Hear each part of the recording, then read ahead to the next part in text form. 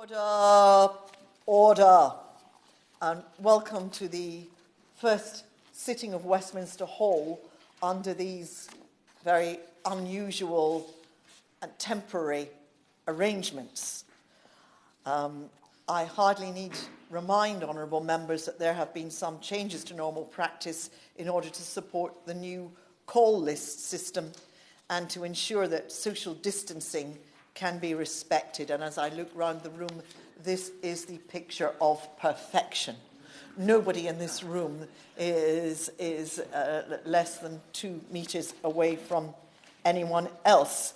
Can I ask you, please, members, to sanitise your microphones before you use them and to respect the one-way system for moving around the room? You will find in front of you this diagram which explains kind of where we are. It is self-explanatory in colours. If I can explain that only members who are sitting on the horseshoe can speak. This is because of microphones, etc., but it also helps us to keep the numbers manageable in the room. Members can only speak if they are on the call lists. This applies even if debates are undersubscribed, although this debate is not undersubscribed. Members cannot join the debate if they're not on the call list. Members are not expected to remain for the wind-ups. This is because members in the latter stages of the call list should use the seats in the public gallery and move on to the horseshoe when seats become available, though at the moment we're all perfectly spaced and able to speak from where you are. I remind honourable members that there is less of an expectation that members stay for the next 2 speeches once they have already spoken. It doesn't mean you can abuse the system and just pop in and pop out again. That will be frowned upon. But obviously, if we're trying to move people around so that in an oversubscribed debate, some people can leave and other people can come in, then we have to have that rule. Members may wish to stay beyond their speech, but they should be aware that doing so may prevent members in the seats in the public gallery from moving to seats on the horseshoe. Does anyone have any questions about procedure? Reasonable questions about procedure before we properly begin? That's wonderful. Oh. If we do need to that way? Yeah, yes. Round behind you. Yes, please. One-way system that way. Anti-clockwise. There we are. Order. Order. I call Catherine McKinnell to move the motion. Thank you, Madam Deputy Speaker. I beg to move that this House has considered E-Petition 306691 relating to the impact of COVID-19 on maternity and parental leave. It's an honour to serve under your chairmanship today, Madam Deputy Speaker, and to be able to hold debates once again in Westminster Hall. And I'm very grateful to all the House staff who've worked incredibly hard to make this possible. And I wanted to say, first of all, that the number of members here in this debating chamber is not a true reflection of the level of concern or interest in speaking in this debate. But there are obvious restrictions to maintain social distancing. But what there is no doubt about is a level of interest and concern about the impact of the pandemic on new mums, new families, and on their babies. In a matter of weeks, almost 250,000 people signed this petition, calling for maternity leave to be extended for a further 3 months. The powerful argument being made that the additional months would make up for the crucial time parents have lost during the pandemic and lockdown, isolated from support networks, which are vital for a baby's development. It would also alleviate some of that anxiety about having to find appropriate childcare and make arrangements to return to work when not only your own world, but the world at large has been completely turned upside down. Becoming a parent can be overwhelming. No matter how well or easily a new parent adjusts, it's rarely quite how you imagined it. It's not only the physical changes, such as the impact of the birth itself, but the emotional, hormonal and sleep-deprived journey that can take an enormous toll on new parents. One thing for sure is that life will never go back to being how it was before. Add to that, bringing new life into a world in the middle of a pandemic, and there is a clear case for giving new parents at least some more time, if not a whole range of additional support too. The huge support for this petition sparked an inquiry by the Petitions Committee, which I have the privilege to chair, and over the course of the inquiry, almost 70,000 people shared their experiences with us. We held online sessions, evidence sessions, with expert witnesses from psychologists to health visitors to childcare sector experts and new parents themselves. And I want to pay tribute to the brave and powerful contributors to our inquiry, to our lead petitioners, James and Jessie, parents to baby Elliot, and also Bethany, mum to baby Jaden. I have huge admiration for these new parents who've not only faced significant challenges themselves, but have fought not only to get the help that they need, but that they know parents up and down the country need too. The message that emerged from our committee's inquiry was clear. The specific impact of this pandemic on new parents has been profound, and a failure to act now risks impacting the mental and physical health and well-being, not just of new parents in the immediate term, but of their babies too in the long term. We were told in stark terms that we are the first generation of legislators to know the impact of maternal mental health on the development of children. We therefore have no excuse not to act. Many new parents want to see an extension of paid parental leave to give them time to find adequate childcare and settle their babies for their return to work. In many cases, previously arranged childcare or support from relatives is just not an option. We know that new mothers are at much greater risk of discrimination and redundancy in normal times, but as we face a seismic economic impact of this pandemic, we know those risks will become greater. Therefore, in July, our committee published a report, not just recommending the core ask of the petition, but making no less than 23 recommendations to government, each sensible, constructive and deliverable suggestion designed to lessen the impact of the crisis on new parents. As well as extending maternity leave, we called for extending access to free dental care, capturing more data on the uptake of parental leave, extending the furlough scheme to include all pregnant women, amending the self-employment income support scheme, updating the government discussions with the baby group sector, funding and providing additional catch-up support, increased health visitor services, neonatal leave, pay and rapid testing, an urgent review into childcare and a longer-term independent review, redundancy protection for new mums, extending the period for bringing an employment tribunal claim, and adoption leave and pay to be extended, and support for special guardians. Despite the urgency, it wasn't until September that the government responded, and it was an extremely disappointing response, with almost every one of our recommendations rejected.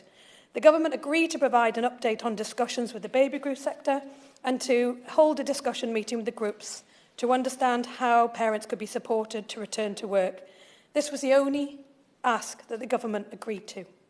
In rejecting our evidence, reasonable and deliverable recommendations, they demonstrated a failure to understand the deep anxiety of mothers and fathers across the country and a failure to follow the science. At People's PMQs on the 10th of July, new mum Bethany J did an excellent job putting this issue to the Prime Minister, who promised he would take a look at our report. Fast forward to September, and I raise it again with the Prime Minister at Liaison Committee. But he clearly made no further effort to follow Bethany J's request. As a new father himself during this pandemic, it does make you wonder how none of this resonates more. I believe the case for this is told most powerfully by the new parents themselves. Petitioner Bethany Power said, "I am in shock at the government's dismissal." Tiana said, "Mums and babies don't matter to this government. It's more important that people can play golf or get a pint." Charlotte, "One of the things I've found hardest and most distressing about this time has been the lack of contact with family and friends. I've seen my family twice this year due to the lockdown restrictions, and I have so missed the support." Sarah, "I spent the whole of my third trimester unable to see my family, prepare for my birth as antenatal classes were cancelled, go to the shops to buy essentials, and uncertain if my husband would be allowed into the birth of our first child. This caused a huge amount of distress for me, and it affected my mental health." Liz said, "Discriminate against and forgotten about. Not even extension to free dental care that we can't even access." Testimony from the sector has come in thick and fast too.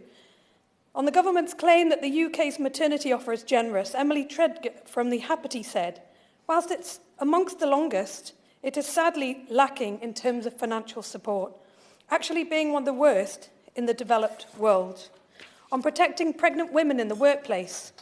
Daily, I see women asking for advice after tricky discussions with HR, where they've been told that childcare isn't the problem of the employer, or that they can't go on to unpaid leave and so are forced to resign. I know the Right Honourable Member for Basingstoke, who I'm pleased is here with us today, has introduced a 10-minute rule bill on this issue and reinforces the cross-party support for this. Will the government urgently review its approach and bring forward a clear timetable for these planned reforms to be implemented, because the women need protection now? Health visitor services were already stretched before the pandemic, and now reportedly some have been forced to care for up to 2,400 families with newborns at a time, 10 times the recommended number. Mary Renfrew, Professor of Mother and Infant Health at the University of Dundee, has warned, taking resources away from maternity care doesn't make sense because we know it will create long-term harm. So will the Minister commit today to urgently reviewing health visitor provision in light of the clear evidence that the services are overwhelmed? And on the challenges faced by baby and toddler groups, the first 1001 Days movement say the government's response shows a fundamental misunderstanding of the role of parent and baby groups. The government continues to fail to listen, and the government's response published today claims there's a wealth of government guidance available. But the sector has said repeatedly that this guidance is not clear enough, and many groups are struggling to reopen as venues and insurers interpret the guidance differently. So will the government recognise this problem and make simple changes to the language, as suggested in both our correspondence and by representatives of the sector, to provide much-needed clarity to a sector the government has acknowledged is important to parents? On access to childcare, Maternity Action have said, since March, the government has rightly spent unprecedented sums to support employment. However, if it doesn't take urgent action to shore up the childcare sector and enable parents, particularly mothers, to return to work, much of that investment is wasted. 4 in 10 working mothers with young children cannot get enough childcare to cover their working hours. So will the government take another look at this and recognise the challenges it's causing for many working parents across the country? And even neonatal leave, an existing policy commitment, but one that we recommended should be piloted now, was rejected. The charity Bliss has said, research shows families are struggling with the practicalities of having a sick baby alongside job insecurity and restricted finances, and that extra support is desperately needed. So in conclusion, it's been almost 6 months since this petition started, and many new parents have passed the point where their maternity entitlement has come to an end. Is that the government's strategy here, just to wait the situation out? Well, lockdown in spring placed a huge strain, and local restrictions is causing many to worry that we're heading for more of the same. An ever-growing cohort of new parents left without support at such a crucial time in their and their babies' lives. There are many practical and realistic steps, as set out in our committee report, that the government could take to support new parents. To date, we've had many warm words from ministers, but they won't provide parents with the support they need.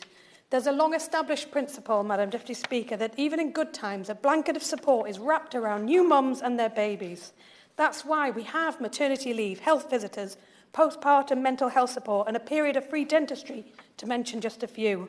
There is a clear evidence base for this, because it not only supports and protects new mothers at a time of increased vulnerability, but it protects their baby too. And if we believe that giving the best start in life to every baby matters, that matters during this pandemic too. And it's not good enough to say we're all in this together when we know some are affected much more than others. New mums are clearly hugely affected by this pandemic, and the consequences could last for generations. They have stepped up to the plate. It's time the government did its part too. We will start with an immediate time limit of 5 minutes for backbench speeches. Ellie Reeves. Thank you, Madam Deputy Speaker, and it's an honour to follow on from my honourable friend, the member for Newcastle upon Tyne North. And it's a pleasure to speak in this debate this afternoon on an issue close to my heart, as my own son was just 4 months old when we went down into lockdown in March. We went from having a busy schedule of baby yoga, coffees with other mums, leisurely trips to the park, visits from family, all of the things that you do to get you through the sleepless nights and caring for a tiny baby. Overnight to having no social interaction at all and rarely leaving the house. On top of that, throw homeschooling a 5-year-old into the mix of a baby in the sling or breastfeeding whilst trying to teach him phonics. And for me, being an MP, switching off from work during a pandemic simply wasn't an option. So when the baby slept, the laptop went on to deal with the unprecedented number of emails from constituents. What struck me, though, was that in response to the pandemic, no one in government seemed to be advocating for the very specific needs of young babies and their families. And it matters because pregnancy and the first few years of a baby's life are key developmental stages, and adverse experiences and stress during this time can have a long-term impact on a child's life chances. And sadly, the statistics are clear. The Babies in Lockdown research commissioned by the Parent-Infant Foundation found that 68% of parents felt that changes brought about by Covid-19 were affecting their unborn baby or young child, and the same number also felt their ability to cope with pregnancy or caring for their baby had been affected by the Covid restrictions. So I spoke to some mums from my constituency ahead of speaking today, and I want to use this debate as an opportunity to give them a voice. Nick told me, being a new mum, I worry I'm not doing enough for my daughter and also making sure she's eating enough. As the midwife drop-in centres have been closed, I've been unable to weigh her or be able to speak to a midwife or health visitor face to face. That's been a real worry for me. Samara said, my biggest challenge was feeling isolated at home, trying to look after a baby and a toddler without much support. I felt overwhelmed and alone, so I would have loved some support with childcare from other family members. Louisa told me, I feel like coronavirus has stolen my maternity leave. The first few months of a baby's life are about trying to adjust and to get to know your newborn. We'd only been going to activities for a few weeks before the support network disappeared overnight. From March until September, my daughter didn't meet or engage with other babies. I go back to work in December and I'm already worried about how my daughter will settle into nursery due to her lack of interaction with other adults or babies. I also spoke to 2 mums that gave birth during lockdown. Sophie said, I spent 4 days in hospital on my own after the birth of my first child. I was struggling to establish breastfeeding and felt incredibly isolated. My baby had tongue-tie, but because of COVID, the waiting list to get it sorted was 6 weeks, so we had to pay privately. And finally, Rachel said, I've had mental health problems in the past, so I had a care plan which involved having a named midwife. That changed due to COVID and appointments were cancelled. My husband was only allowed in 20 minutes before my daughter was born. My care plan had involved having my sister and mum coming to help with the baby, but that couldn't happen. 3 weeks after the birth, I came down with severe postnatal depression and opted to go to a mother and baby unit. Many of these stories resonate with me and my own experience, and I hope the government will listen to our collective voices and provide additional support. That support must include resources to allow missed health contacts and other outreach from early years services, such as children's centres, to take place. Children's centres have closed at pace over the last 10 years, and now, more than ever, that trend needs to be reversed and significant investment given to early years. Face-to-face health visiting services must be fully restored, again requiring investment as they've been cut over many years. Funding is also needed for the more informal support, such as playgroups and drop-ins, that provide a lifeline for so many families but have struggled to reopen their doors. The government should also revisit guidance about a partner being present before and after the birth. I want to end by thanking the Petitions Committee for securing this debate. And more importantly, I want to thank all the parents who signed the petition and called on the government to listen to their voices. I know firsthand the struggles that have been there over the last 6 months, and I applaud everyone who has faced maternity and maternity leave in lockdown. I hope, like them, that the government is listening. It's a great pleasure to talk in this debate, and I thank the Petitions Committee for their excellent report, for the Honourable Member for Newcastle North, and also for Lewisham West and Penge for their contributions to securing this debate, but also for all of the organisations who gave evidence to the report, especially Pregnant Then Screwed and Maternity Action, because parents have faced extraordinary challenges and no more so than new parents during this period of the pandemic. And I'd like to just briefly look at 3 issues that were raised within the report and the recommendations and provide some comments on those. It certainly was really good to hear the member for Lewisham West and Penge remind us all what it's like to be a new mother or a new father and the uncertainty that we're all faced with at that time and the lack of access to family members, often mum, who's really good at being there at that time. It was very difficult indeed. And I rise, Madam Deputy Speaker, at a time where we're still waiting for my niece to give birth to her first child. Again, another baby conceived and born in this pandemic period. The first issue I'd like to look at specifically in the report is around childcare. It was, I think, for constituency MPs, one of the most challenging things where our constituents were trying to balance work and looking after their children when often their childcare provider wasn't able to provide them with the childcare they needed. Obviously, many nurseries were open for frontline workers and we applaud them for doing that. And I'd also like to actually applaud the Minister and my honourable friend, the member for Chelmsford, the Minister in charge of childcare, for the work that they did do clearly to try and make sure that the system continued to work even in these very difficult circumstances. And I'm thinking here particularly of recommendations 19 and 20 in the report, where there is a call for a review of funding and lessons learned. And I think there's always a place for learning lessons. And clearly it's been very frustrating for parents to have to try and balance without the childcare that they've come to rely on. But I would like to just place on record that I think that the ministers have done an amazing job at work to make sure that there is continuing free hours available for 2, 3 and 4-year-olds, even and the funding was there even when settings were closed, and that there continues to be over £3 billion spent on nursery provision. And I hope that all local authorities are doing what they need to make sure that that childcare is secure for the future. But when we look at other areas, particularly the way businesses have dealt with this, we see a less rosy story. I think employers have found it even more challenging than ever to stay within the law regarding their treatment of women who are pregnant or on maternity leave. Now, the government is absolutely clear, and the Secretary of State at the dispatch box in May, when I raised this with him, said that expectant mothers are, as always, entitled to suspension on full pay if a suitable role cannot be found within the workplace. Unfortunately, too many businesses failed to hear that or decided not to correctly interpret it, leaving too many women either incorrectly put onto sick pay or starting maternity leave earlier. And we know, Madam Deputy Speaker, that more women have been made redundant already in this pandemic than men, and mothers are at much higher risk than fathers of being made redundant from this point on.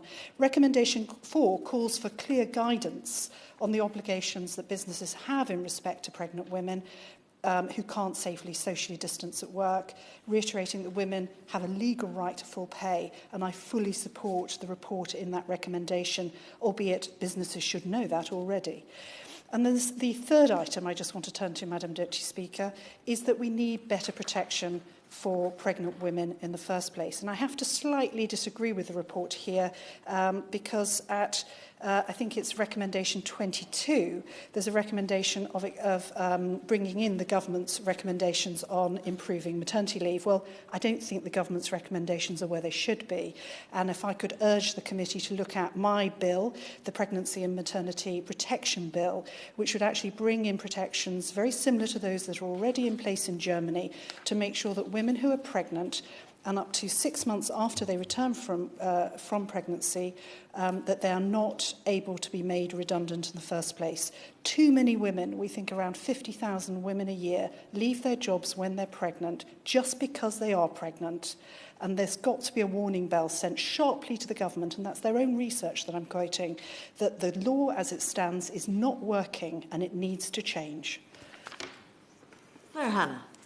Thank you very much, Madam Deputy Speaker, and thank you to the members who've led on this issue for many months and who've set out quite a lot of achievable solutions. And I think it's very clear that the pandemic has affected absolutely everybody in society, but new parents are experiencing particular acute, harsh, point in time impacts because of the disruption to their plans, because of the disruption to services they would have enjoyed, because of lost opportunities to bond with family and in the wider community, because of interruption to their childcare plans, and certainly because of the financial hardship that many will experience. And the member for Newcastle upon Tyne North and others outlined some of the failings in provision and communication of protections for pregnant women in the workplace and on furlough. And I certainly endorse the recommendations of the committee and indeed those from Maternity Action. And unfortunately, those negative financial impacts will have extended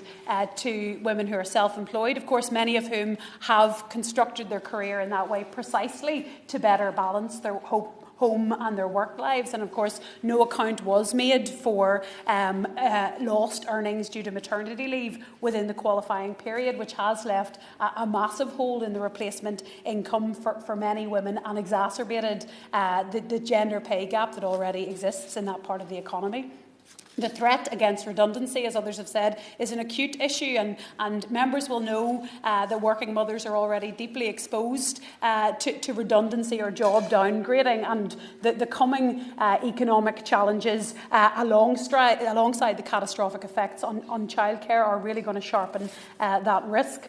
The advocacy group Pregnant Then Screwed, who've been relentless on this issue, report 11% of pregnant women being made or expecting to be made redundant in this period, and that's more than 20 times the instance in the general population, and over half of those believe that their pregnancy was a factor in that decision. This rises to 15% of working mothers, 46 of whom cite issues with childcare provision as a factor, and that was already a very marginal economic activity for providers and a huge cost for families. That's if you're lucky enough to be able to find a suitable provider. So in this context, the risk period in which women can bring forward employment tribunals certainly should be extended. But as members have said, possibly the most negative impacts will have been felt in the restrictions on partners attending antenatal and delivery sessions and in the immediate postpartum period. And while there's absolutely no doubt about the pressures and the challenges that healthcare providers are trying to balance, the regulations are deeply upsetting for many women at an acutely vulnerable time.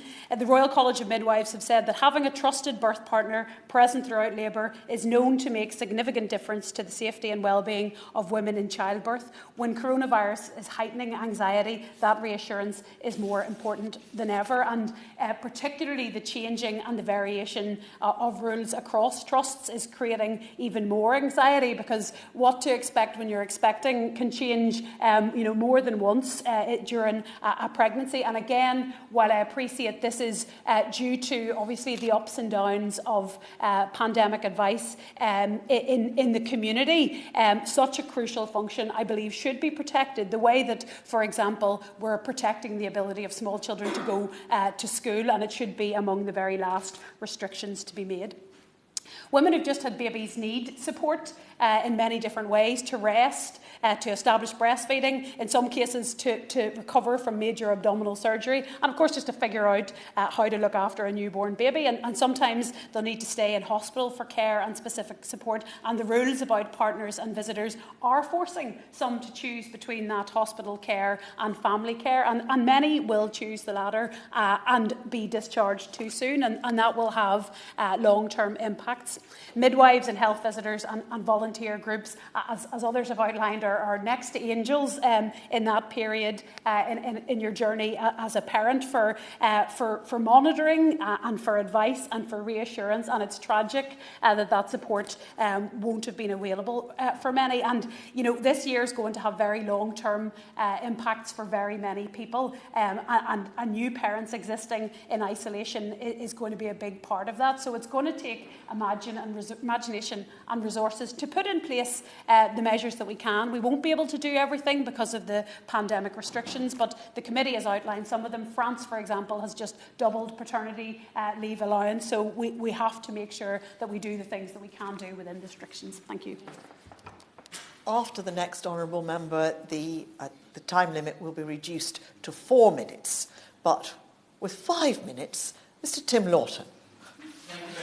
Dame Ellen, it's a joy to be back in Westminster Hall. It's a joy to be the first bloke to speak in Westminster Hall after the lockdown, and it's an added bonus to have you here in the chair and to see so many colleagues suitably spaced out, as I think you referred to us earlier. But can I congratulate the Honourable Lady for Newcastle North for securing this debate and the report from her committee, and to have achieved over 230,000 signatures is no mean feat. Now, I can't speak with as much authority as the Honourable Lady for Lewisham, being so close to having a 4-month-old. I think I'm rather closer to being a prospective grandparent. But I speak as the chair of the all-party group on 1001 Critical Days, and I chair the Parent Infant Foundation charity.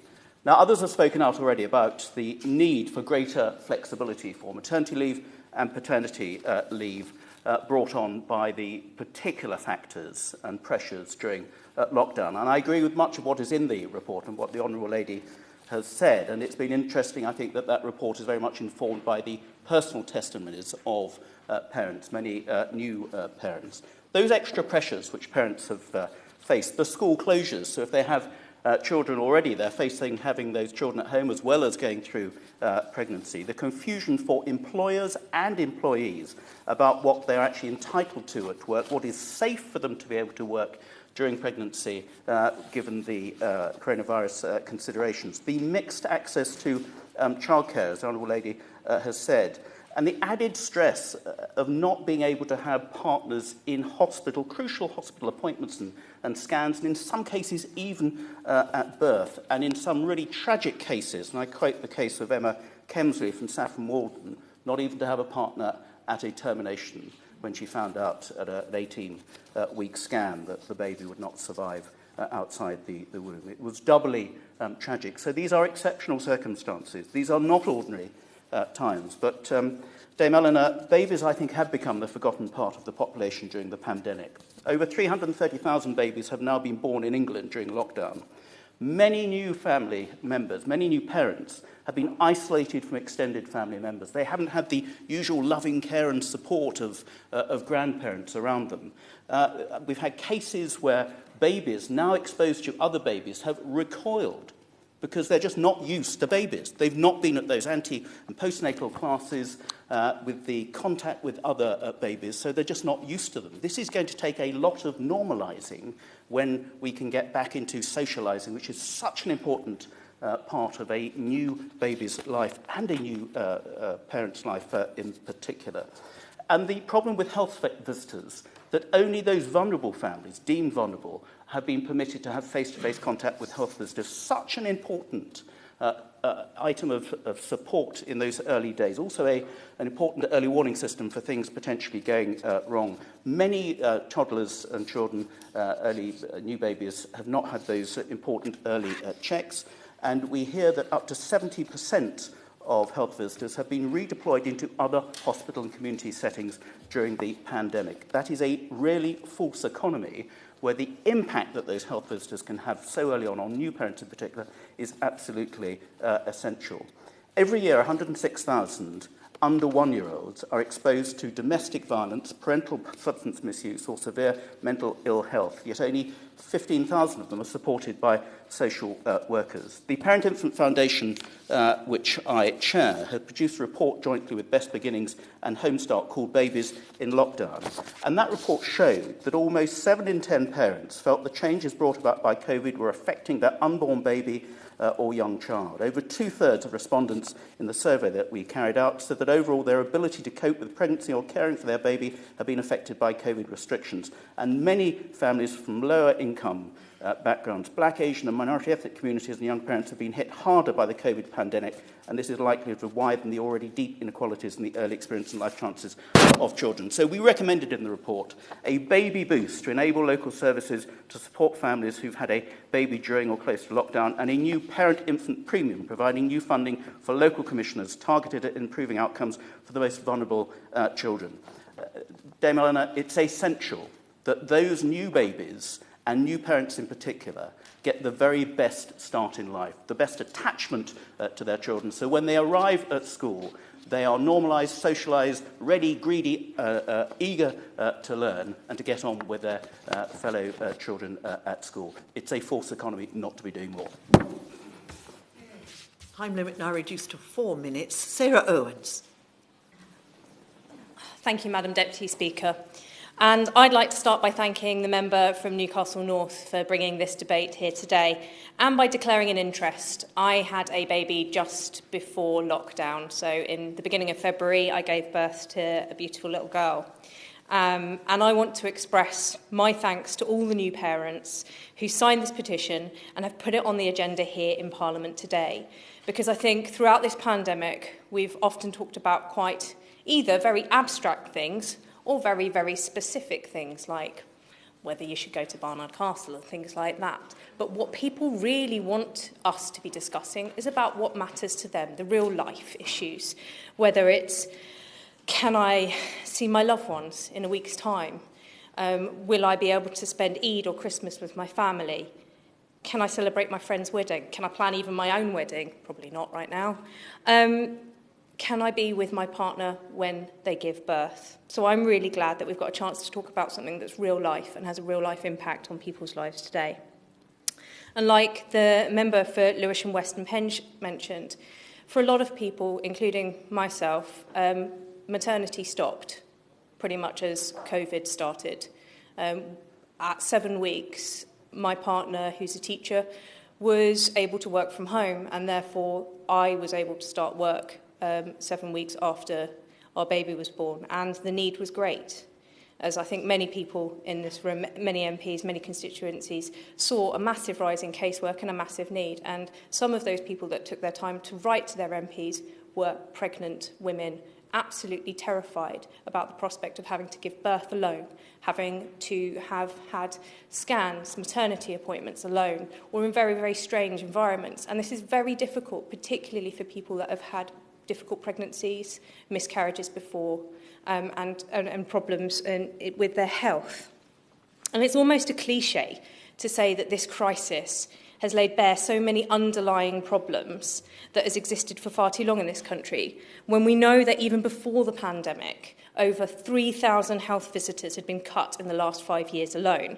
It's clear that social distancing, not being able to see each other face to face, will make it really hard for new mums to be able to get the support that they actually need. And we know this impacts the child, but it also impacts mothers especially.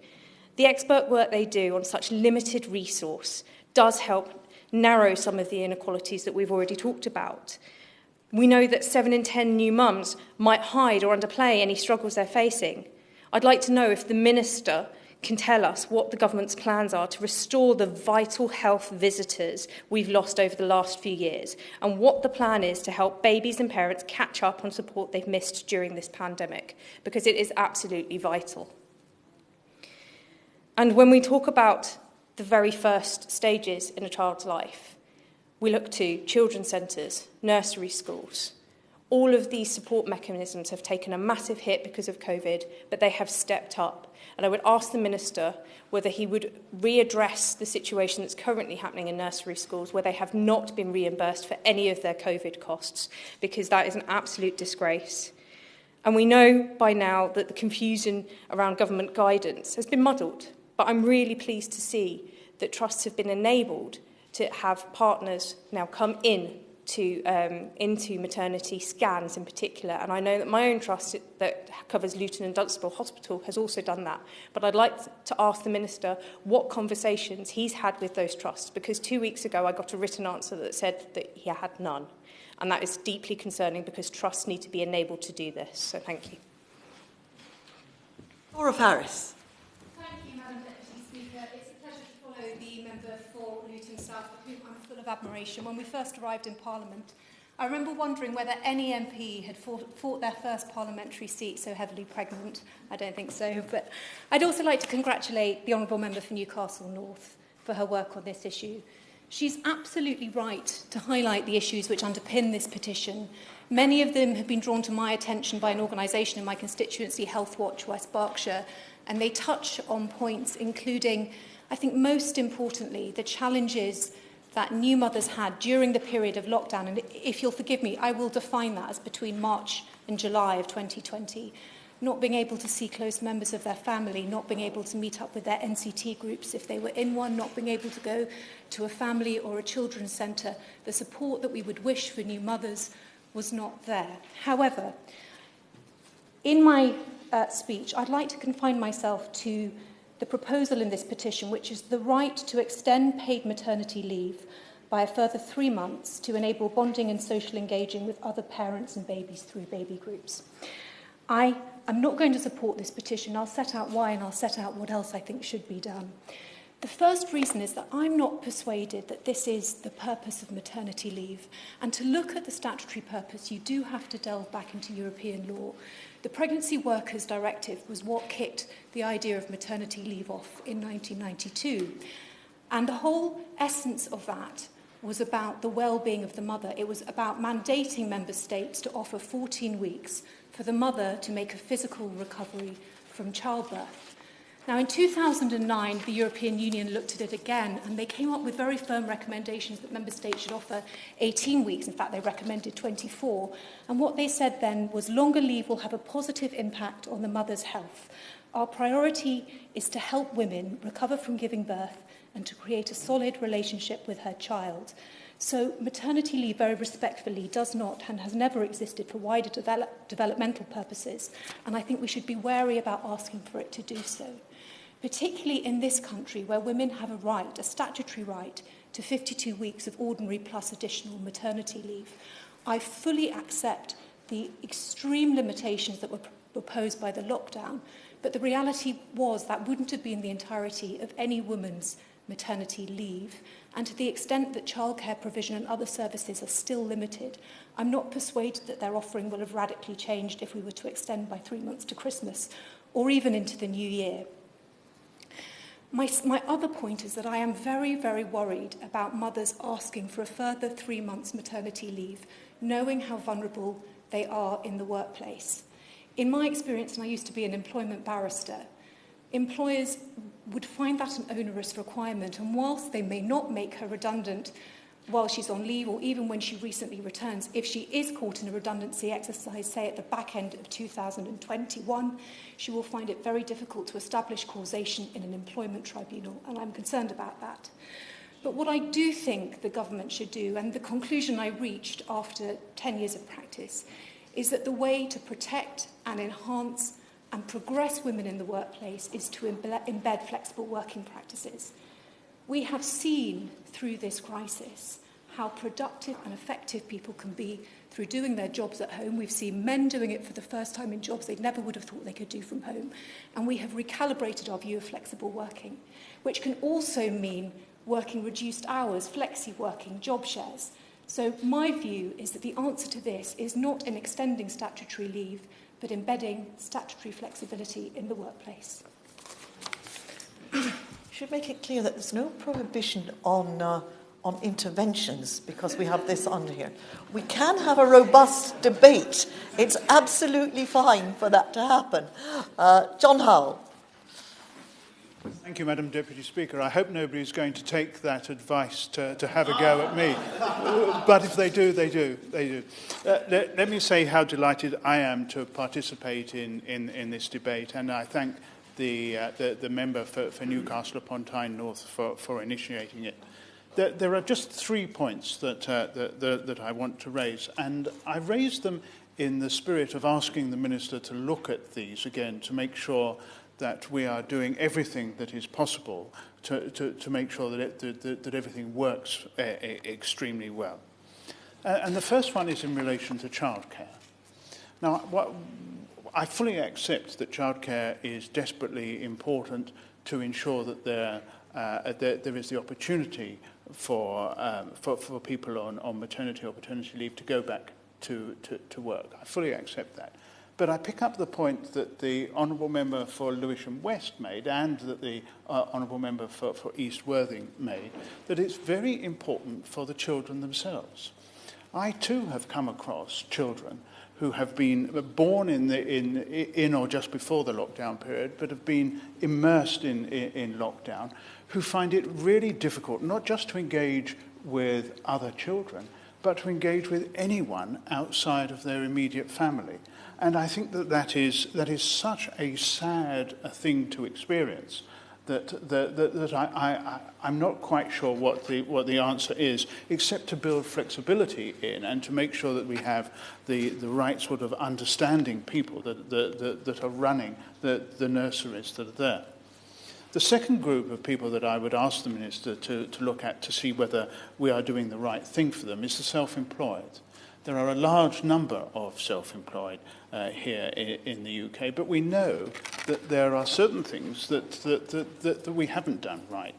Can it be right that about half of self-employed, just under half, have had to give up a place at nursery in order to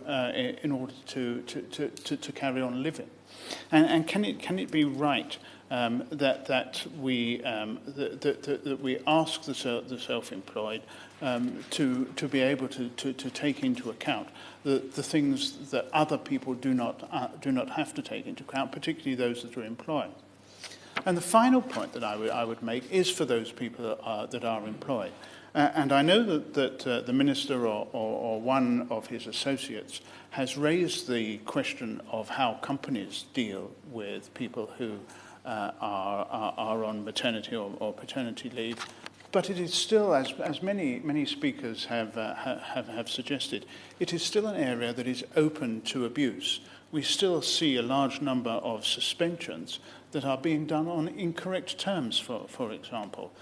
We still see a large number of people that are employed in unsafe conditions. And I wonder whether it is worth for getting together a group of leaders in this field to make sure that the key messages that we want to get across are really understood and are spread out across the company so that they do things in the right way. We're not asking for anything special, but we're asking that things are done in the right way. Thank you very much, Dame Eleanor. It's a pleasure to serve under your chairmanship. And just in commencing my contribution to this debate, I want to pay more wholesome tribute to the Honourable Lady for Newcastle North and indeed members of the Petitions Committee. It is rather extraordinary that the Petitions Committee had an inquiry at all.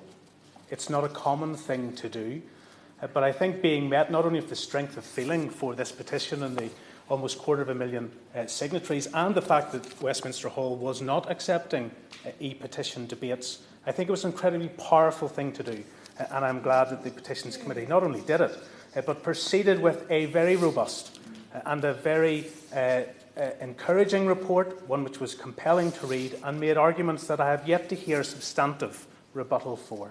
So I do wish to thank the Honourable Lady, Dame Eleanor. And I've no doubt that the Minister present enjoyed the evidence session.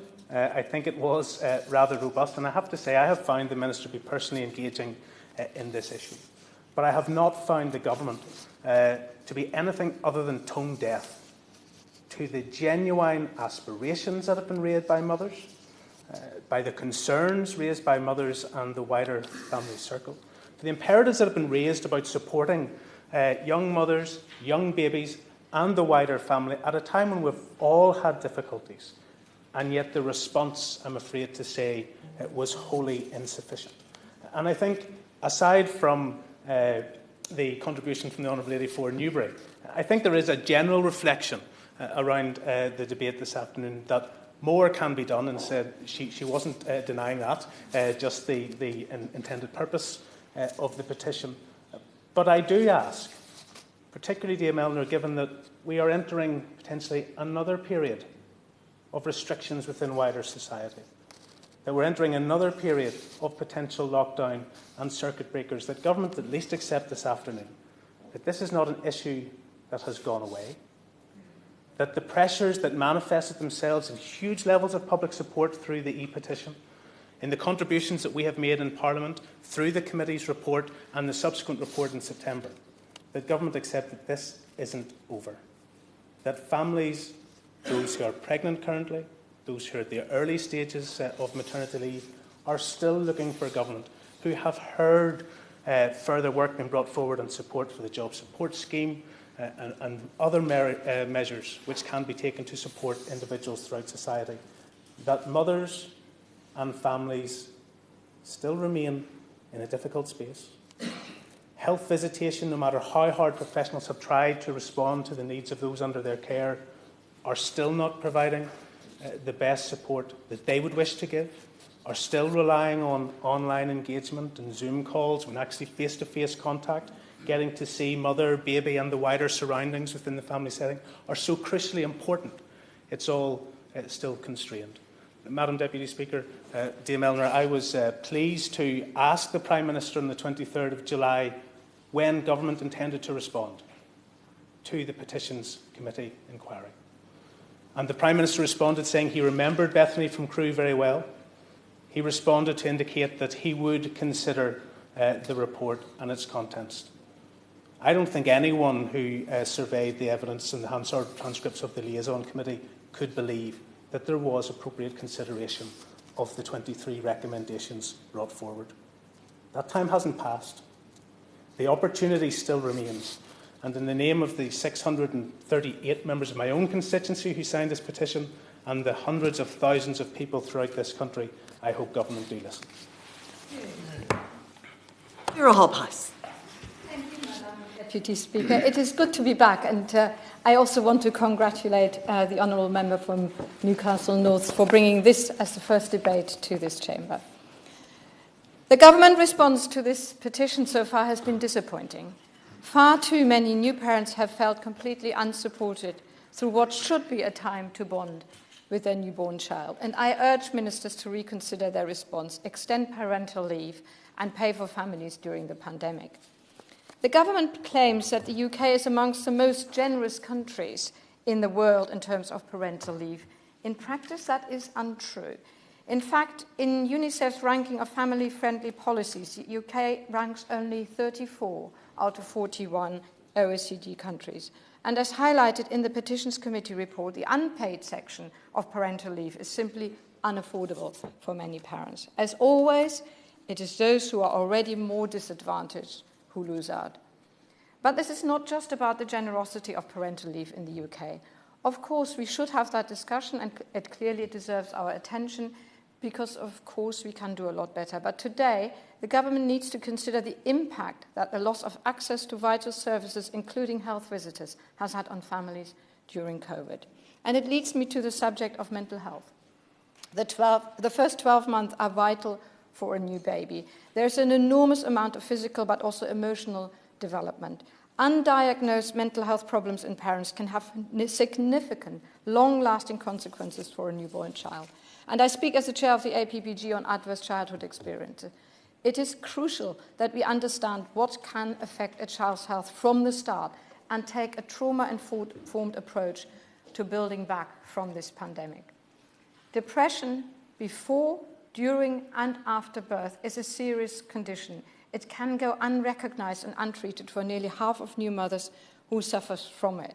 And this has been the case, of course, also before the pandemic. And my APPG has recommended an extension of actually making sure that young new mums get a 6-week mental health check. One of the problems is the narrative that motherhood is only wonderful, which leaves many women feeling unable to talk to health professionals about their emotional state. And my own pregnancies and birth are a long time ago now, but I remember, I didn't dare to say that actually I felt rubbish. But because, it's often very difficult to cope. And this was true before the pandemic. It was true for, many years ago.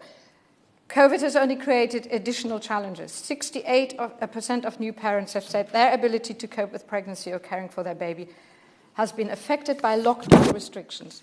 Not only has informal support from friends and family been much more difficult, and we have heard many examples of this in this debate already, but formal services have been cut down too. In the long term, we need to ensure that mental health checks for mothers are actually taking place across England and Wales. I also support the call that government should fund and provide additional targeted mental health support. It should certainly provide more funding to increase the number of health visitors. And again, I remember the health visitor was just such a lifeline. And that contact is so, so important for new mums. All of this is necessary if we are to avoid a whole lost generation because of the COVID pandemic. Thank you. Rachel Maskell. Thank you, Damien. It's a pleasure to serve under you in the chair this afternoon in such an important debate. And I also thank the 337 petitioners from my constituency of York Central who signed that petition. The petition aimed at making things right and getting things right for parents.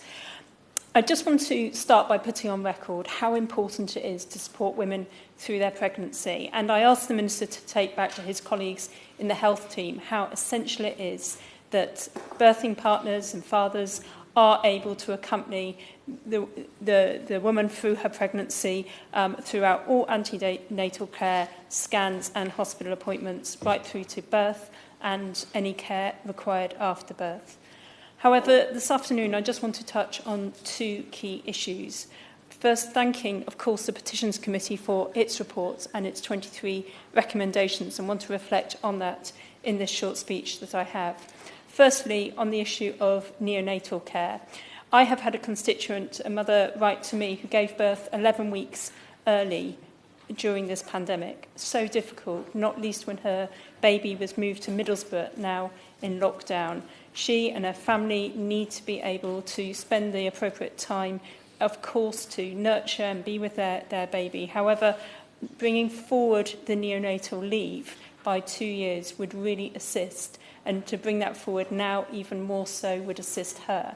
And I ask the government, in the way that they have moved at light speed to bring in so many measures, to bring in this important measure to support families at their time of need. April 2023 is too late.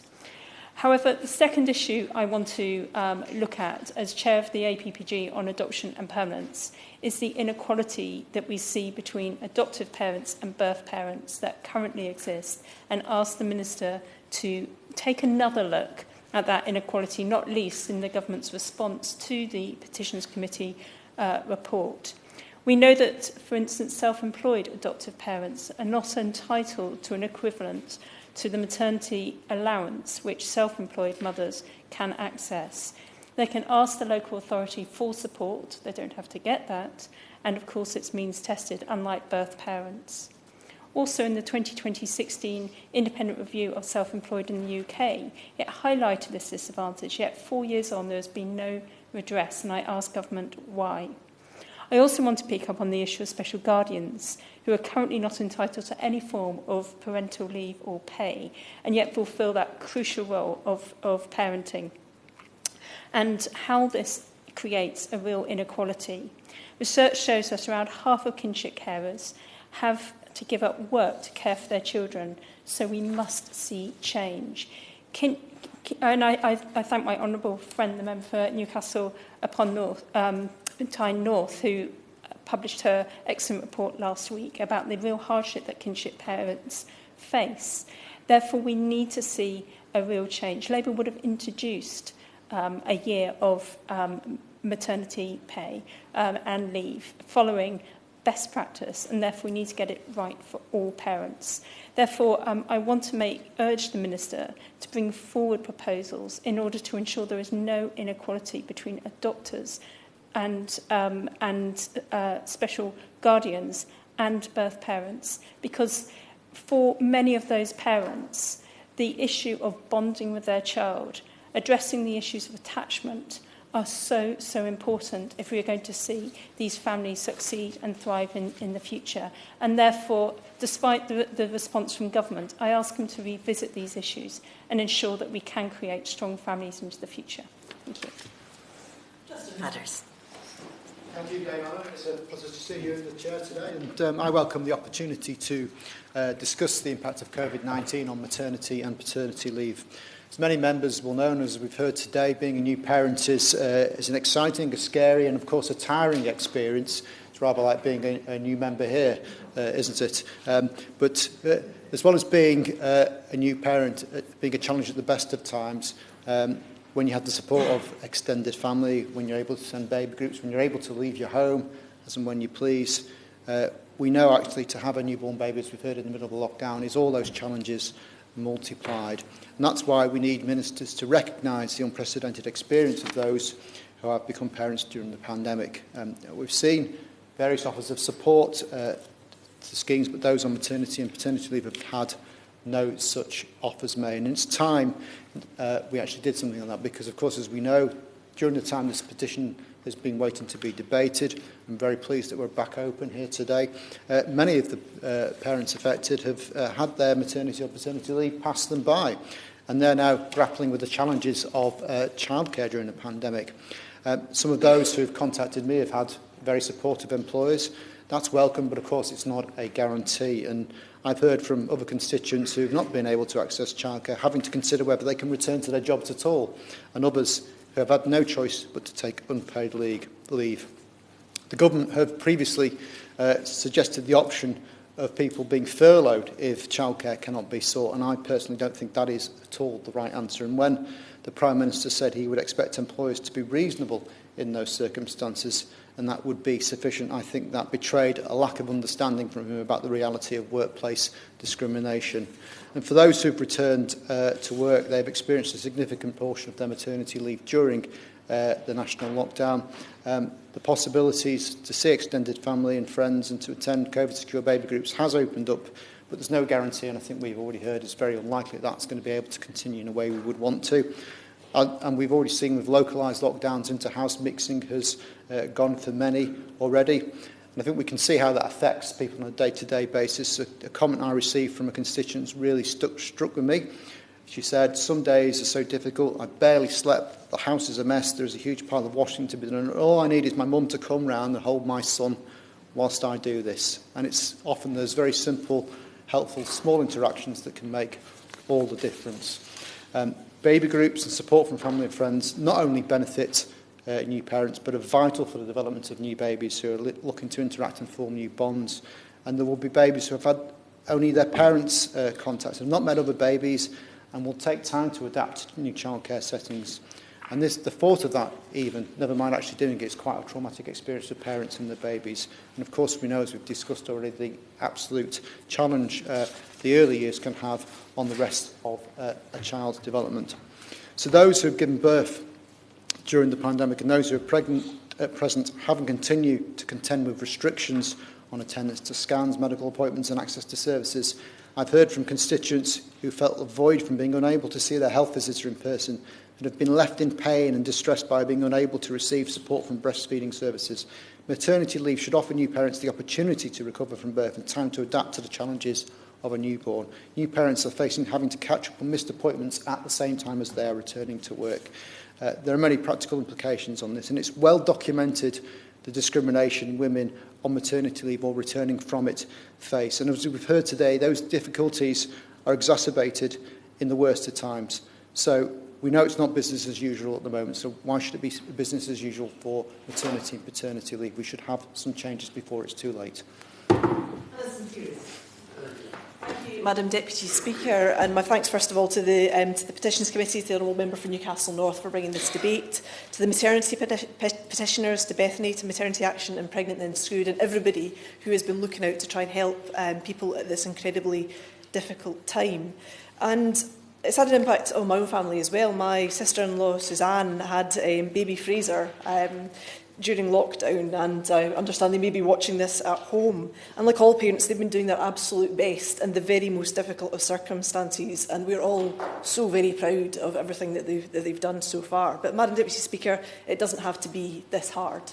And I think if the Government took on some of the recommendations made by the Petitions Committee in their report, it would certainly make it a good deal easier for many parents and many families right around the UK in order to look after their wee ones and make things just that wee bit easier at this very, very difficult time. And in my role through the All-Party Group on Infant Feeding and Inequalities, we have seen over the past 5 years a worsening of an already precarious situation in terms of underfunded services, in terms of a patchwork of local support, in terms of volunteer groups doing their very, very best with very few resources, Madam Deputy Speaker, to support people when they're breastfeeding. And there has been a report come out just in recent days by Dr. Natalie Schenker and Professor Amy Brown, which gets to some of this. And they surveyed over 1,200 mothers who breastfed during the pandemic to see how they were affected by lockdown. And for around 40% of those mothers, they said it had been a positive experience because they valued the privacy, the time at home, perhaps having a supportive partner there, perhaps giving that wee bit of extra time to do things. But around 30% of mothers surveyed felt lockdown had been incredibly negative and incredibly difficult for them. They'd felt isolated, abandoned, overwhelmed at the intensity of being alone with a baby for that length of time. And while many of them were able to breastfeed through that, many were not and struggled and gave up before they wanted to. And the survey found that of those participants who had stopped breastfeeding, only 13.5% described themselves as ready to do so. They'd given up before they had wanted to. Others had introduced a formula when they hadn't intended to, 68.7%, with many of those doing that earlier than they had planned to. And in terms of their decision to stop breastfeeding, a staggering 70.3% attributed a lack of face-to-face support to their decision to stop. And some of that has been because of the lockdown and the restrictions that are there, Madam Deputy Speaker. But there could have been a lot more done by the government to put things in place to make that easier. The National Breastfeeding Helpline have done incredible work through their volunteers to try and help support people. But there are some problems, Madam Deputy Speaker, that you really need a person standing next to you to help you with when you're feeding a baby. And I think the government needs to do a lot more to resolve the issues of underfunding, the issues around health visitors, which have meant that people have felt very, very alone, very scared, on their own with a baby for a long period of time. And it's also worsened existing inequalities within the system. So black, Asian, minority ethnic people, people in poverty, people who are living in small flats with no gardens, people who have less educational attainment, they all found it more difficult to pursue breastfeeding when they really wanted to. And I would ask the Minister to look at these issues very carefully and see what more can be done to help support people, not just now, but in the future as well, because funding must go into these services. Owen Thompson. Thank you, Dame Eleanor. It's always a pleasure to serve under your chairmanship. And can I begin by thanking honourable colleagues for the contributions they've made, the petitioners for obviously raising this petition in the first place, and especially, as others have done, the Honourable Lady from Newcastle North on the work of her committee in bringing this issue to us today.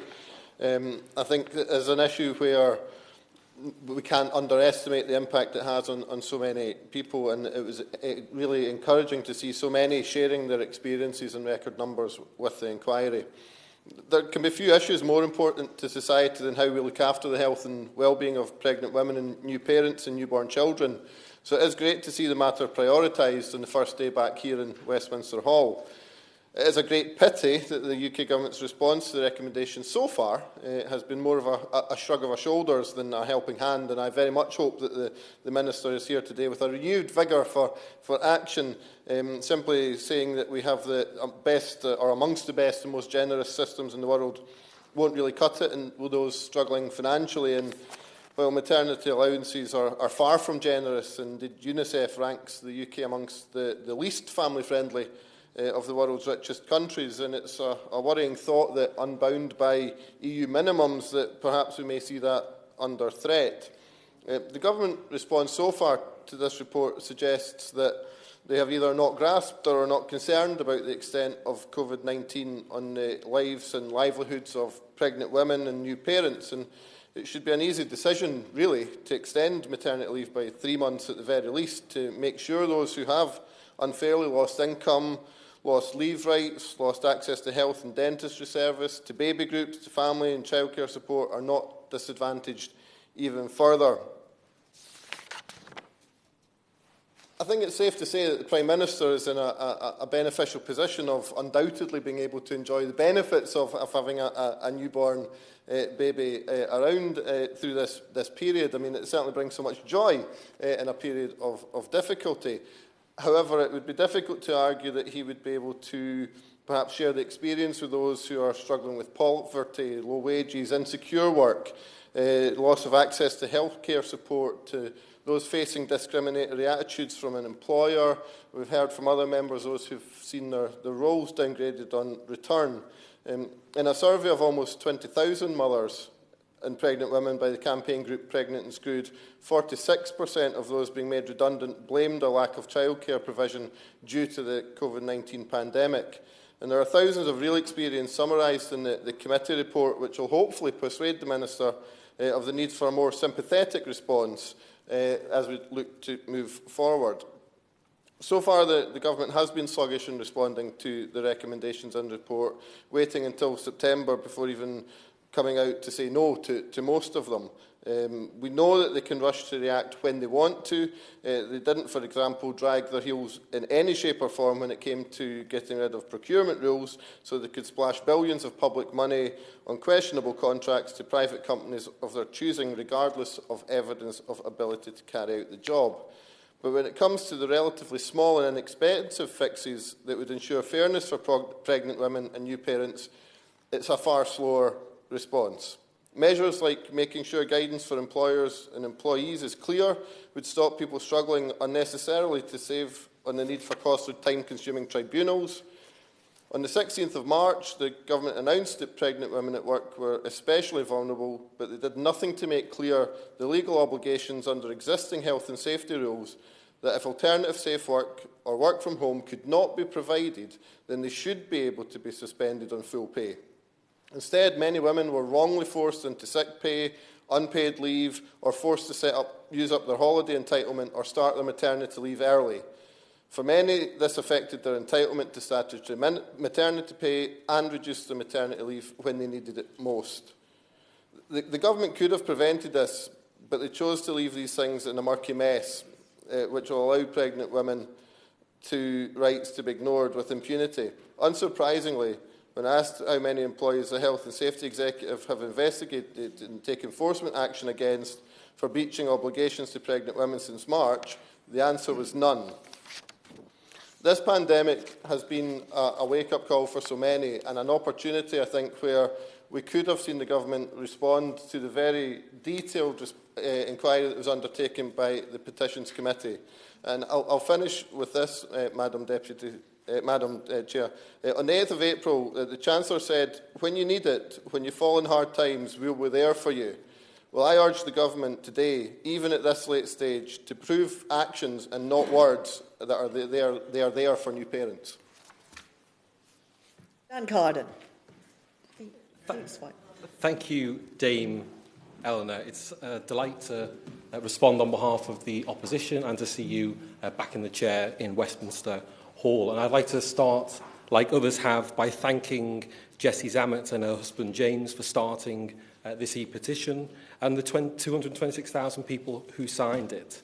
And I'd also like to pay particular tribute to my friend for Newcastle upon Tyne North, who, as others have pointed out, really took this issue forward and delivered what is a really important report that I hope government will, beyond today, take the issues within it far more seriously and give us a much better indication of additional support for parents and families as we head into what is no doubt going to be an even harder winter of coronavirus. Can I also briefly, before I get into the points, just thank all members for their contributions today, but particularly on my own side, I thought we had excellent contributions by the member for Lewisham West and Penge, Newcastle upon Tyne North, my friend, Luton North, York Central and Ellesmere Port and Neston. Even before the pandemic struck, the system of support did not work as it should. There are too many inconsistencies in the support provided between employed and self-employed parents, or biological and adoptive parents, as we've heard, that cause them to miss out on vital support that is incredibly important at that time in their lives. These existing flaws have been exacerbated by COVID-19, leaving many in hardship and families struggling. And in the government's response to the petition and the subsequent report, it acknowledges that we're living through unprecedented times, yet does little more than express satisfaction with maternity and paternity support as they were before. The number of signatories to the petition, I think, speaks to the importance of this time and for the well-being of parents and children, as well as a real frustration with the inadequacy of the current provisions, and the government's failure to provide sufficient additional support in light of the pandemic. The report explains why the government's claim to provide amongst the most generous support in the world is quite simply untrue, also a point challenged by UNICEF that has been mentioned.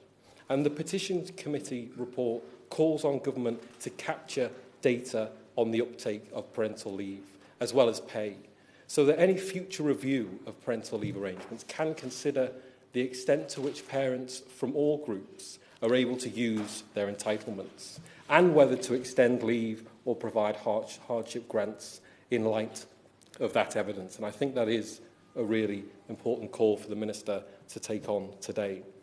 The UK has seen a rapid growth in self-employment in recent decades, so it is of great concern that the significant disparities exist between employed and self-employed women. Self-employed women already face additional challenges and reduced incomes after having children. If both parents are self-employed, only the mother can claim an allowance, and there is no paternity or shared leave for fathers, meaning caring responsibilities fall to the mother. The entitlements available to self-employed women compound rather than address this inequality. And unlike statutory maternity pay, maternity allowance is treated as unearned income and deducted from universal credit, sometimes leaving them up to £5,000 worse off. Can the Minister give any justification for this unfair discrepancy? And I would call him to set out how the government will address it. This is just one of the many inequalities and entitlements brought about by an inconsistent welfare system combined with an increase in precarious work. The government has pursued an agenda of creating a deregulated gig economy, rolling back workers' rights, fostering insecurity in work, which has left us in the worst possible position as we now face the devastation wreaked on the economy by coronavirus. Following the Prime Minister and the Chief Medical Officer's announcement in March that pregnant women were clinically vulnerable, employers that were unable to make necessary adjustments to ensure workplace safety were required to send them home on full pay. But many pregnant women were unlawfully put on statutory sick pay, affecting their maternity pay and other entitlements. And Labour has previously called on the government to discount COVID-related spells on SSP for the period that their earnings are used to calculate statutory maternity pay, to ensure that pregnant women do not have their maternity pay cut as a result of being on SSP. It is unacceptable that the government has refused to do this, and I ask the Minister, will he reconsider? In fact, Ministers said women affected should simply bring about an employment tribunal claim against their employer, despite knowing this is not a realistic option, given the small window of opportunity to do so and the huge and growing backlog in employment tribunal cases. Citizens Advice has said that their advisors are seeing worrying cases where pregnant women feel that they have been selected for redundancy because they need more stringent health and safety measures. Demand for their discrimination advice pages has increased fourfold. I want to echo the report's recommendation that the government should consider extending the period in which pregnant women and new parents may bring claims before the Employment Tribunal to 6 months. Just last week, new figures from the Ministry of Justice blamed a 31% rise in outstanding Employment Tribunal cases on an increase in unemployment due to Covid-19. And it also warned the government that the decision to end the job retention scheme and replace it with the job support scheme will lead to a further spike at the end of October. With 1 in 4 people already living under regional lockdowns and a second national lockdown a very real possibility, the issues highlighted by the petition, the report and in this debate are not going away. And it's simply not acceptable for the government to simply restate that the support available is generous and sufficient. The evidence submitted to the Petitions Committee inquiry shows this not to be the case.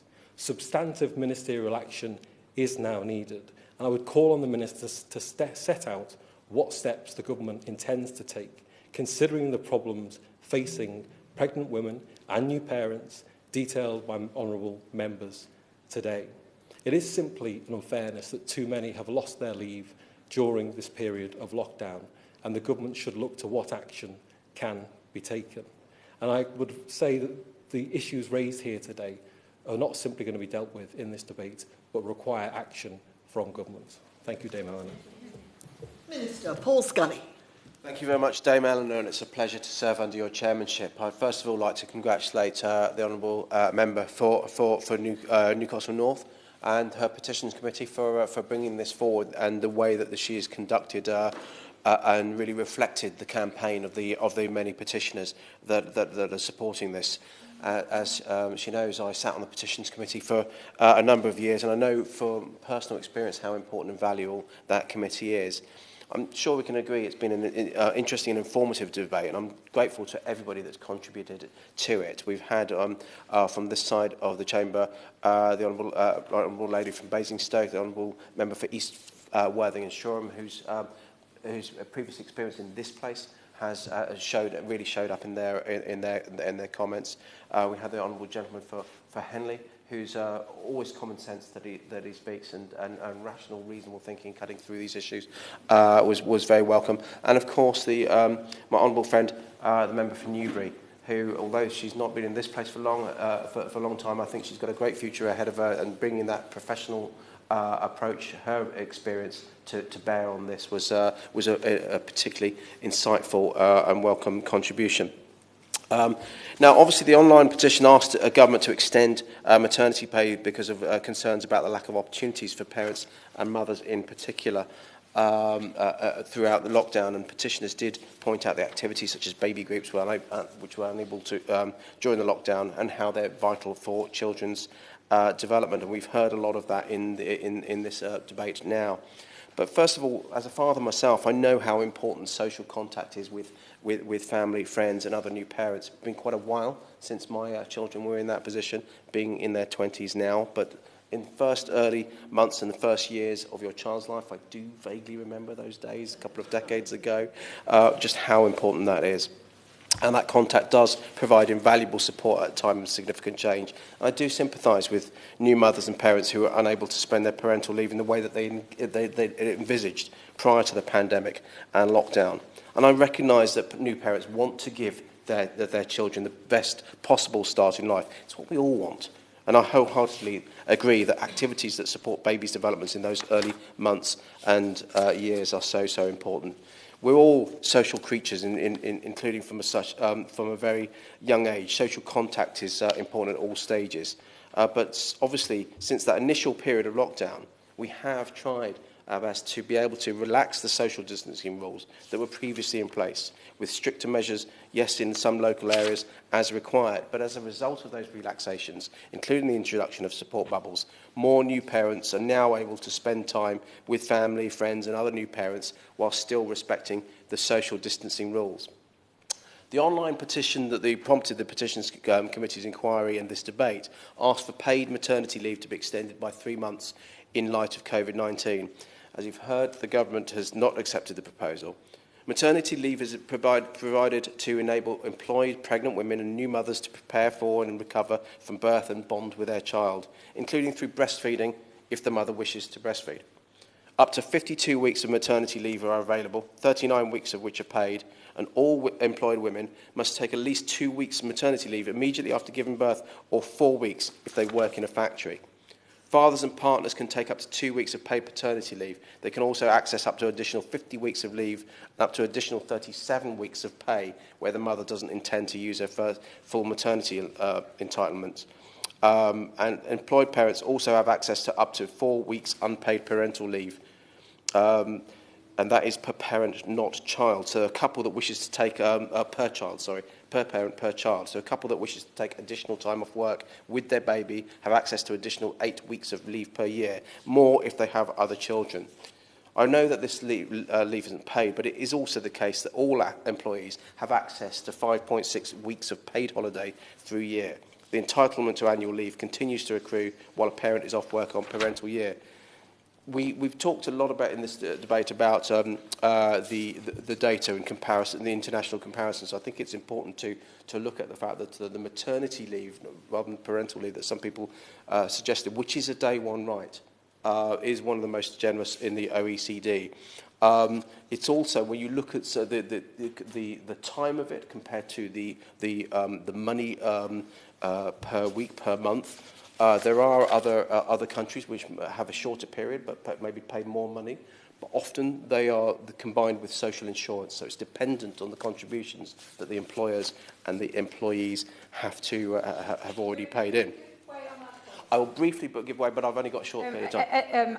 I thank you for giving way. Very briefly, it is the unpaid part that is not generous and is so unaffordable. Can you please respond to that? Well, I say it's the overall aspect of the right balance between in terms of maternity leave, between the time and the money that we believe is both generous and fair, and they get that right balance as a day one right. The Honourable Lady for Newcastle North, member for Newcastle North, talked about what we are doing to look forward about care in the early years, and the Prime Minister has asked the Right Honourable Lady, Andrew Levson's, Northampton North South. There you go. Got to get the right bit of Northampton right. We've asked. He's asked the Right Honourable Lady to carry out a review into how to improve health outcomes for babies and children from disadvantaged backgrounds. That review is going to focus on the first 1,001 days of a baby's life from birth to age 2.5, and from a sedentary position, the Honourable Member for Newcastle North says she is on that committee. So fantastic. I'm looking forward to seeing what comes of that and what recommendations come forward. Turning to the issues of social groups for parents and children, I know how important baby and toddler groups are to new parents and babies, and how distressing it has been for parents to suffer through lockdown. But the honourable gentleman for a member for Worthing, my friend from Worthing, talked about GPs and what GPs could and couldn't do in terms of health visits. There's a contractual requirement from the 1st of April 2020 for GPs to offer maternal postnatal consultation at 6 to 8 weeks after birth. That's live and stillbirth, as an additional appointment to that for the first 6 to 8 weeks of baby check. And the government gave an additional £12 million invested through the GP contract to support all practices to deliver this. The issue of mental health came up, and clearly this is a concerning time for mothers, and it's important that as we talk about giving mental health as a parity to physical health, that we are committed to supporting everyone's mental well-being, especially during this unprecedented period. So new parents can continue to access mental health services, including virtually, and the Department for Health and Social Care have released more tailored guidance to help people deal with this outbreak. I won't give way because I've literally only got 1 minute, because I want the Honourable Lady to actually be able to respond to this. There's no way I'm going to be able to just by all of the or talk about all of the comments in the minutes that I have left. But as I said in the response to the core of the petition, the government believes that the entitlement to 52 weeks of maternity leave and 39 weeks of statutory maternity pay or maternity allowance is already very generous. But I should perhaps add that these entitlements are provided to enable pregnant women and new mothers to prepare for and recover from birth and bond with their child.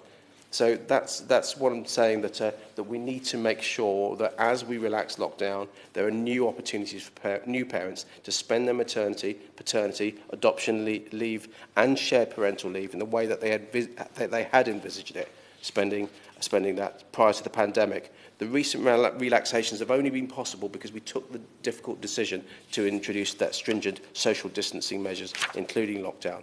In fact, as we're now learning, we still need to be vigilant and maintaining social distancing in order to protect lives. So in conclusion, can I just thank the petitioners?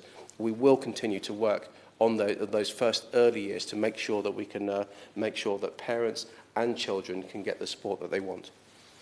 Catherine McKinnell. Thank you, Madam Deputy Speaker. I appreciate the Minister's response, but I think the petitioners will be incredibly disappointed in it. And I have to say to the Minister, he's talking about the relaxation of lockdown, but he's talking to somebody for whom the additional local restrictions apply. So most of that doesn't apply to new mums in my area and many parts of the country who are increasingly affected.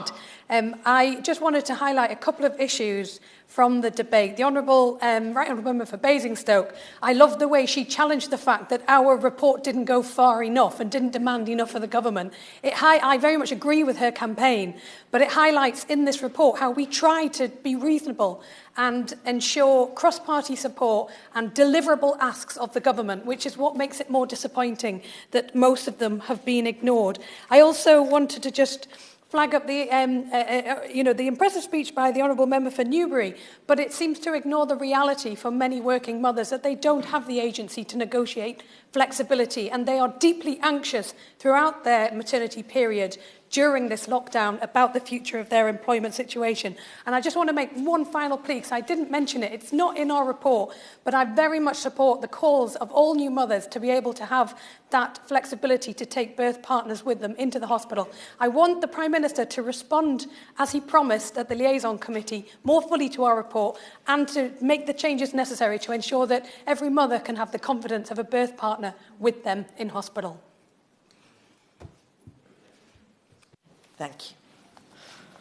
The question is that this House has considered E-Petition 306691 relating to the impact of COVID-19 on maternity and parental leave. As many as that opinion say aye. Of the contrary, no, the ayes have it. The ayes have it. Thank you all very much for responding so well to the new way in which we are doing things in Westminster Hall. I will just delay for a moment or two while people taking part in the current debate can leave by the one-way system and out that way while continuing to be 2 metres apart, which everyone is doing absolutely beautifully. Thank you very much indeed. And as they go round and out that way, I am hoping that the people who are going to take part in the next debate will be coming in. I'm just going very slowly to make sure that this happens. And I'm very pleased to see the member for Hartlepool appearing. If he would like to take his seat, I will then just suspend for a very short while the chair is taken by Sir David.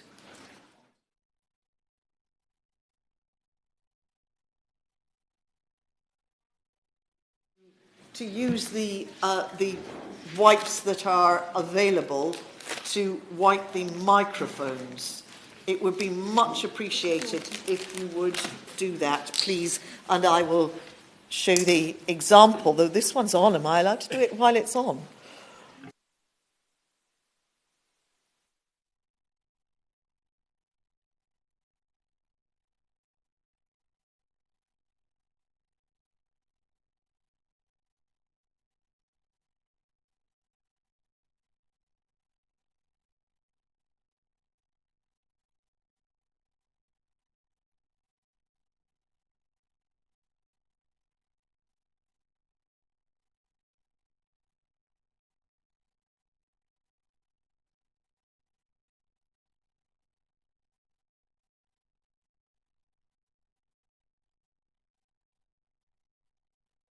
You heard the Deputy Chairman of Ways and Means explain to you, of course, we've only just resumed sittings in Westminster Hall. It will take a little while to get used to these procedures, but I'm sure we'll all get the hang if people do observe the social distancing.